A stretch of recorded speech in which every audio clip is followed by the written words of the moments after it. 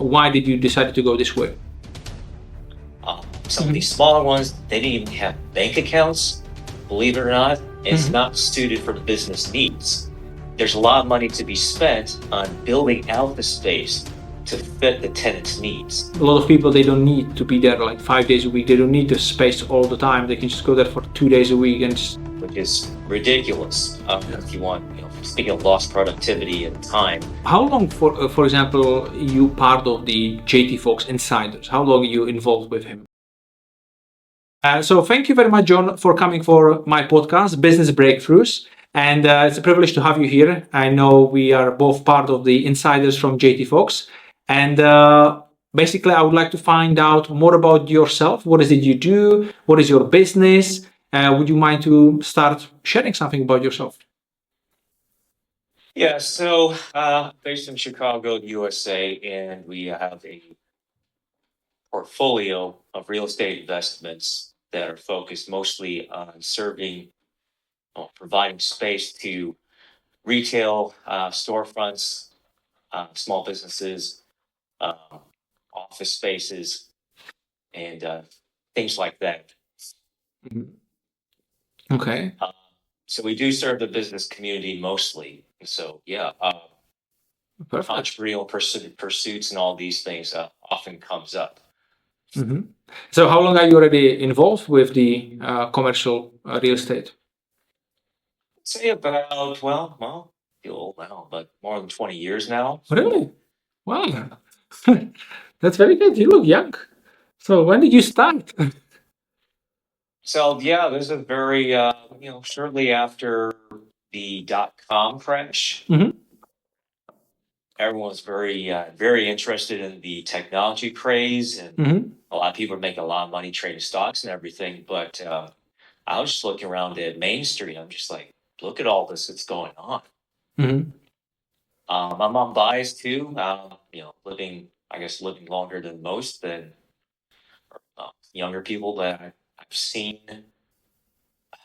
Just the amount of activity that we didn't have. Technology's taken over so much that there's so much that used to be that isn't now. Okay. I'm sorry, go ahead. No. I was just wondering, with the commercial space, why did you decide to go this way? So obviously I'm in a real estate business myself as well, and I meet a lot of people, but there is very small amount of people who are focusing on commercial units. A lot of people are focusing on residential. So why did you decide to go this way? Like I said, I have an entrepreneurial bias. I'm very sympathetic to business people, especially the small ones. And for the longest time in America, that was, if you're going to do something on your own, that was one of the ways to do it. Just open up a store and start selling things to people or your services. And it was a different time where it just seems like there was just a lot more optimism. And people say, I'm going to do it on my own type of attitude. And, it's worked for a lot of people in the previous generations. And so, for example, so you said that it used to be people were more optimistic. I know obviously we had the COVID, so people couldn't really work from their commercial units, or I don't know, what was it like for you? Have you lost a lot of tenants, or how is it after the COVID? Do you still have a lot of people in those units? Did it pick up back, or you didn't have any problems? People just stayed and overcome that, year and a half, 2 years of not being able to use it maybe as much as they could? Yeah, so it's very strange. You have a tale of two economies where if you were an essential business, like say you had a grocery store or something like that, they would say, yeah, no problem. So long as you follow certain safety guidelines, yeah, you can stay open and do business. But for a lot of people, say, look, if you had a hair salon, yeah, they force you to shut down for so many months. Yeah. And it was very hard. So fortunately, we did not lose a ton of people, but we did have to be very flexible in the arrangement. It was just a big domino effect. So Yeah. if you're getting, say, only half the rent, you'd work out something so that, the tenant would at least, stick around longer than past their lease expiration. Mm-hmm. At the same time, you would have the conversations with your lenders if you had, if you had paid for debt service at the time. Mm-hmm. It's just a big old domino effect. Mm. But everyone was understanding, and they actually had laws in place where you just couldn't throw people out. Yeah. And Um, was there a support in the USA from the government for these small business owners to receive some kind of money in order to be able to pay those, expenses when they cannot operate? yes, they did have some programs. Let's just say it favored the bigger companies more so than the smaller ones. Some of these smaller ones, they didn't even have bank accounts, believe it or not. What? Yeah. Wow. So if you were going for a certain type of government relief, it was being administered through the banks. Yeah. Obviously, if you don't have an account, then that was a major problem. Of course, majority of these businesses did, but still, getting through all the paperwork and everything else that it required, obviously favored the larger companies. Mm-hmm. And at least in the beginning, they were restricting so it only covers payroll. So, Okay. that means you have all these other operating expenses that are not being covered, like the rent for the longest time. So, Yeah, I see. Okay. Yeah, actually, no, I was just in a similar situation because I just opened a cafe in September, so commercial unit, took a lease for 5 years, and then in March I've been forced to close. So, and obviously I had this rent ongoing, the other expenses, not as much as I'm not operating, but especially the rent, and it was also seller finance, so I was actually paying the seller from the profits from the cafe, but I couldn't, so that was very interesting. No, I had to sell the cafe with the loss, but yeah. So these things happens.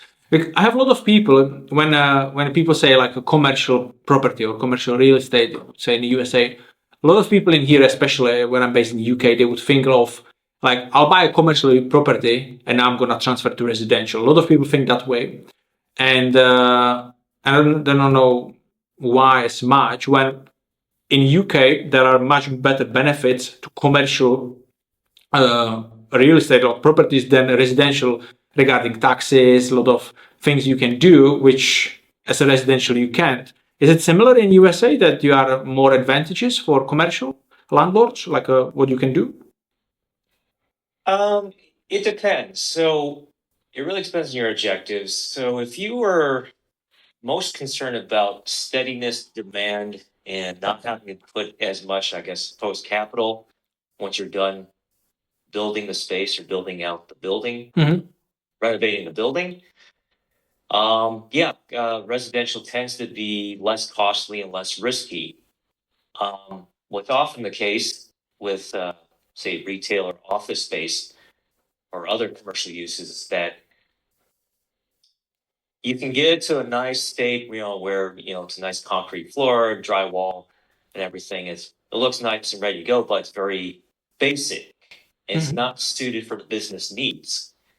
So there's a lot of money to be spent on building out the space to fit the tenant's needs. Mm-hmm.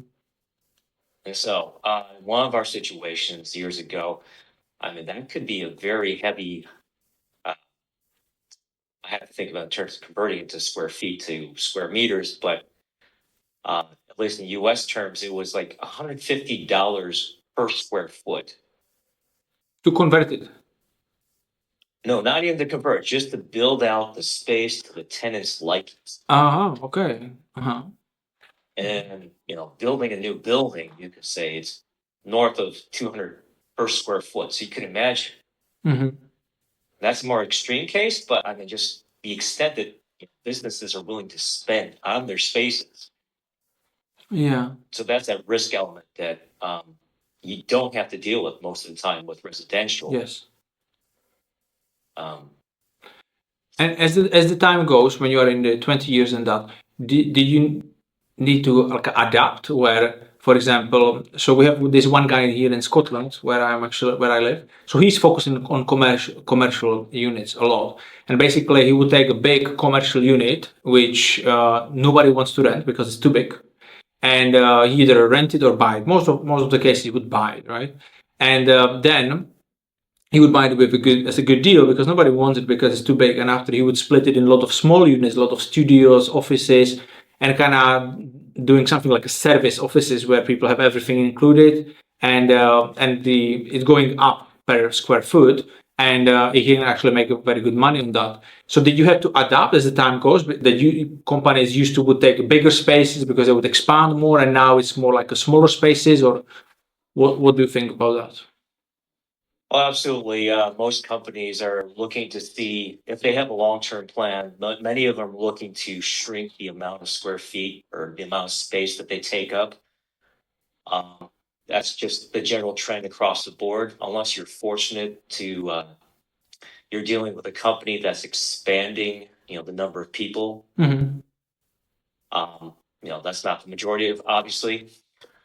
The other thing is that a lot of them are also looking into they call co-working spaces. Yeah. So, Yeah.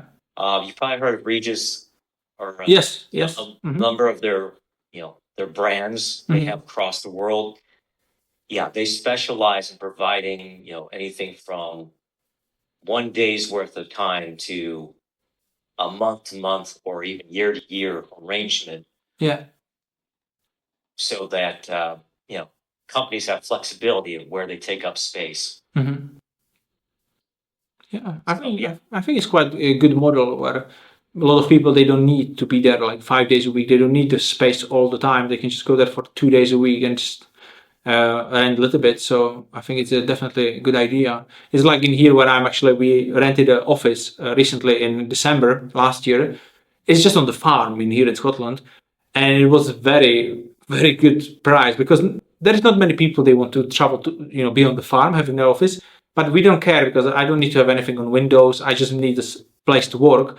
And basically there are like 3 different rooms. So from one room I just set up a studio, and I just actually finish it a little bit better. I just posted like anybody wants to rent a studio, you can come for a day, half day. I don't care. It's just because otherwise I'm not gonna be here as much, and I think people can afford to come for half day or day. They don't need to commit to big kind of a payment. So you see that there's more of that going also in your spaces where you kind of adapt, and there are smaller spaces people come and go, or you don't offer that kind of flexibility like the Regius. Well, that's it's a bit of a headache. It is a business in itself, especially as we get into larger buildings. I mean, Yeah. there's a lot of people, a lot of traffic, Mm-hmm. and a lot of different things to pay attention to. So much that they usually have one dedicated person on their staff to run that Yeah. day. Mm-hmm. But the trend has definitely caught on, and they got smart where they actually started locating, opening up locations that are closer to where people live, as opposed to forcing them. 'Cause like in our city, it can be 90 minutes one way just to get to the central business district, Oh wow. Okay. which is ridiculous. Yeah. If you want, speaking of lost productivity and time, so bringing it closer to where people live has been a real winning trend, and Mm. the Regencies of the world are taking advantage of that. Mm. Probably even cheaper for them because these locations will be not that expensive as the central locations, right? Mm-hmm. Mm. Mm-hmm. Okay, that's very good. So that's fine. So how long, for example, you part of the JT Fox Insiders? How long are you involved with him? Well, I'm actually one of his first clients. Oh, wow. Going way back. So he got started about or very early when President Obama got into office. So that just kind of tells you. Oh, okay. He was a local guy. I just knew he had a radio show, and he was very charismatic, very over the top because radio requires that to keep people's attention. Uh-huh.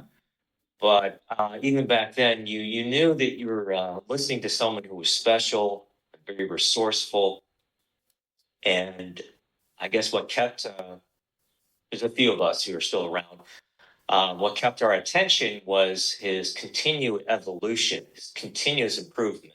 Mm-hmm. You know, if you listen to some of the old audios, you realize, how far he really has come. Hmm. Yeah, I'm actually doing the wealth workout number one.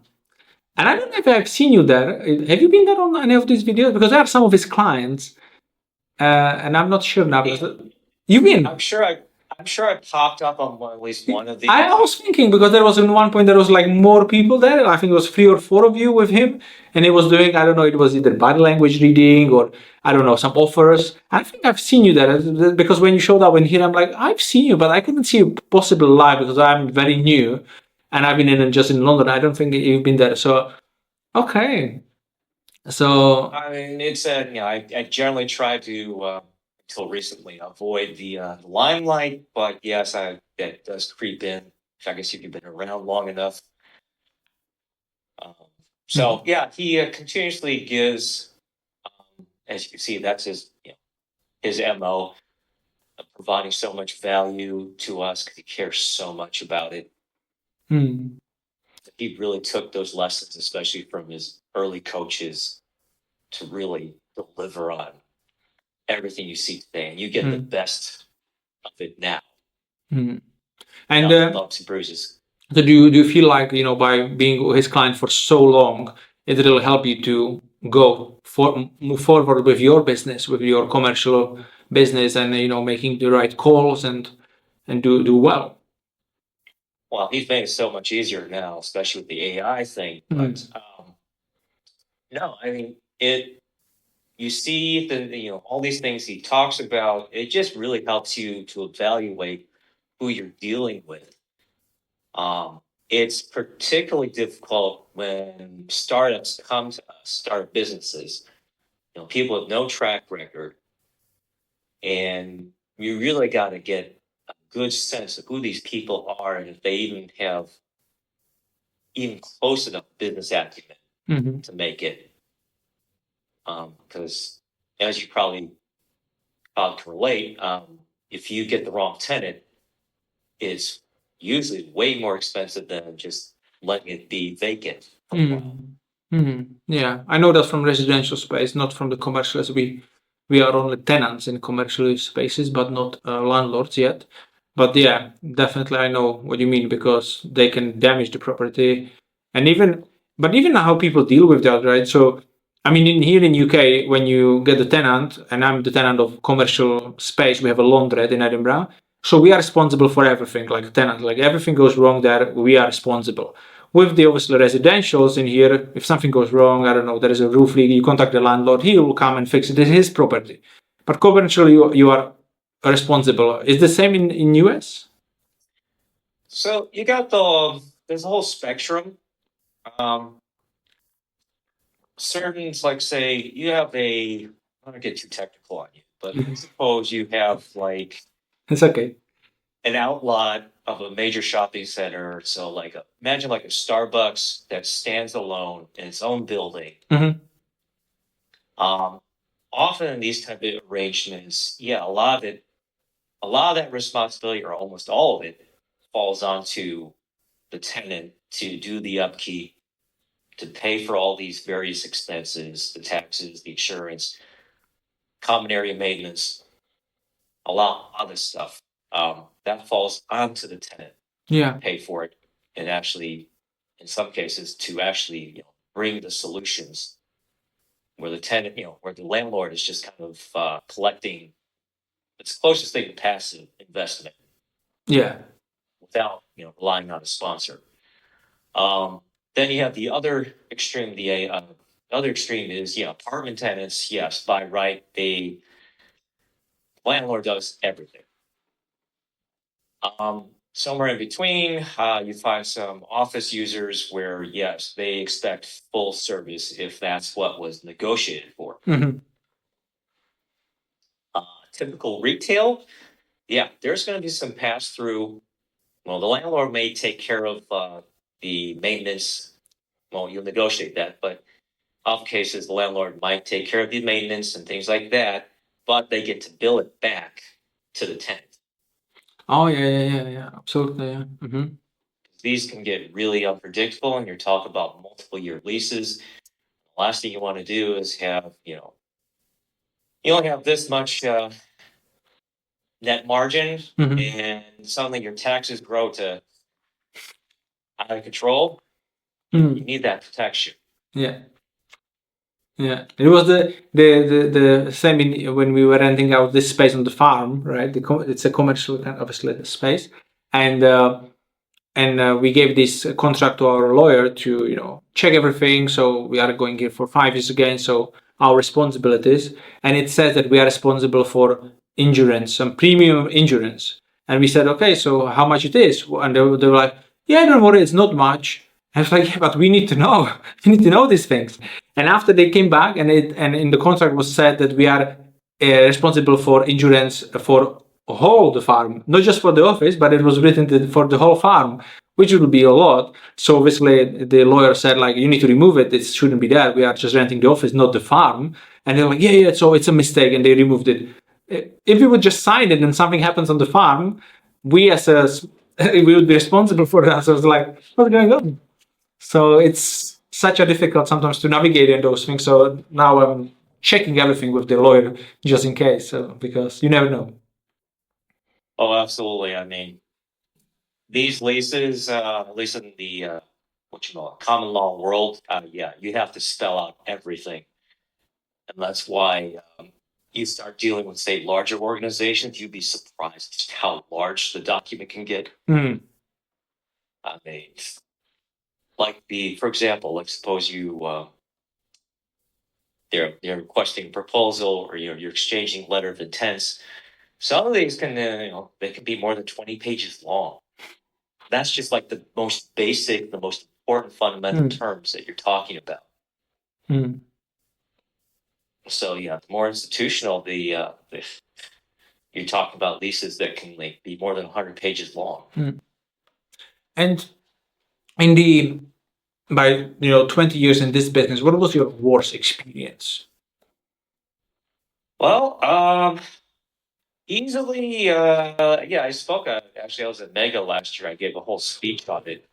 Arguably the worst transaction. I'll try to keep it without saying too much and too long. It'd take forever. But basically, I had a small retail strip center, and we had leases that were about to expire, and you're unable to get the tenants to sign it because it was recession, and they were very nervous about their future. And then at the same time, we had a tenant who fell behind in the rent, and unfortunately, their space caught fire. And then it did a lot of damage to the building. And this tenant died. Oh. And it just caused this whole domino effect of problems. So first thing is that, yeah, I remember being at the disaster site, and local authorities were interrogating me as I try to make sure this is not insurance fraud or criminal arson or criminal intent. That's the first thing I experienced, and then having to deal with all these parties to get the place, under control, board up, talking to everyone, lining up an insurance adjuster. All these things that you normally have to do when you have a disaster like this. So what happened after that was the city sent a bunch of, they sent an inspector, and they have all these violations. Okay, now you have a civil case you have to defend against. If the interrogators that I mentioned earlier thought there was a problem, there would have been a criminal case to deal with. So 2 different lawsuits potentially. And then the family of the guy who died, the tenant who died, they could have sued. That would have been lawsuit number 3. We also had issues with the lender. The lender has the right to, first of all, take any kind of insurance payout, which they did. which meant that we had to come out of pocket to pay for repairs and to pay for all the operating expenses at this time. Mm-hmm. And so it was just like a financially a very tough time. We had to get very lean, very tough, very savvy in getting the place rebuilt and then putting new tenants in. Like I didn't say before, the tenants who didn't sign their leases, obviously, once they saw what happened, they're just like, yeah, we're gone. And this is the middle of the recession. Yeah. So it's a real hard push. Mm. Trying to think. Yeah, I mean, there's so many things that went wrong. It's just like a textbook example of why people So how many have hesitated. kind of tenants have you lost during that time? Because one got burned out, died, and the other they left. So yeah, we went from, it's a small building, so there's only 6 of them. So we went from 6 and fully occupied to 3, Mhm. 50% in less than 2 months. Wow. Okay. Plus we had to get permits, get approvals to even rebuild. Yeah. That took 6 months. So Then you have to go ahead. You're saying. So no, that's fine. I'm just thinking like, so the place was burned out. So obviously they left. But you had to do again through approval to be able to build the same thing. Yeah, because their natural tendency is to think something must have gone wrong. Mm-hmm. It's also their way of regulating and making sure that it's up to the current standards. Yeah. The building was around for a while. Okay. Mm-hmm. Just wanted to make sure it's not going to happen again, like the risk hazard. Yeah. Okay, I see. Mm. I'm not even remembering everything that happened, but it's one thing after another after another. Mm. I guess what's the key lessons from that was just, when you get into these things, just make sure you have financial reserves. And it's very tempting to go for it and say, yeah, I'll put every dollar I have into an investment. But no, you're more likely to live another day if you can hold back some. Yeah, absolutely. Yeah. It's always a challenge to figure these things out. Like, you have the deal and you have the money, but after, like, yeah, if I put everything in it, if something goes wrong, when you just reminded me with the burning out the place, we had one holiday like Airbnb in one city, and we had this neighbor, and she was a nightmare. She was drinking a lot. She was on benefits, so she didn't pay any rent. The place, when she opened the door, I've seen the place, it was like falling apart, the flat. But it was a council flat, so she didn't care. She was older, maybe, I don't know, 65, 70-year-old, drinking a lot. And one day, the guests are coming in and they're like, we cannot open the door. And we're like, another guest, they cannot just open the lock. So we sent her a cleaner who was there day before, and basically there was a glue in the lock. So obviously she put there the glue because she didn't want them to be there. So we knew it's her because nobody else would do it. Nobody cared we are there. But it was a small thing. And 2 months later, tenants, I don't know who found out if it was the guests are coming or the cleaner, but basically the whole place was just burned out. And from nothing, basically it was cleaned, was I think 2 days empty or something, and I think guests were supposed to come, and it was all burned out. So obviously we don't know for sure, but we think it was her to throw something in there, and it just got on fire and burned out. It was injured flat, so the money got paid, but we are not operating there as Airbnb anymore. I said we might start with it was from a different landlord. We might start again when she's gonna move out or something happen. And I just discovered a month ago from the cleaner that she died. So I'm like, okay, so she's gone. But yeah, I mean, she was drinking a lot. But that's people do crazy things, so you never know. Yeah, so it's important to be prepared, right? Absolutely. So operating in a big city, yeah, we encountered that, especially as the political correctness drove them to, reduce their standards for, policing and enforcing laws. It's crazy. So, like in the last year, we had vehicles crash into 3 separate buildings. Seriously, I mean, it's a string of bad luck. But armed robberies and things like that, just because things have kind of gotten too relaxed. Even in nice neighborhoods, it didn't seem to matter. That's crazy. It's really unfortunate, and that's one of the, I guess, negative things that's happened since they've gotten so politically correct about it. And people have also gotten more desperate as the the economy, general economy has gotten harder for the average person. So. Okay, good. So yeah, thank you very much for sharing all of that. It's really good to find out. Yeah, I don't know as much about USA market and what's happening over there, so it was really good to listen to you. If there is someone who is maybe thinking of, maybe they are doing already some kind of a business, perhaps real estate, and maybe they are kind of stuck on the same spot. I don't know. They don't know how to move forward. I don't know if you've been in those shoes yourself. Was there anything you would give like advice or something what they could do? Well, I think it starts with intention, of course. If you're looking for a way to generate returns that are relatively easy, I don't think this is the way to do it.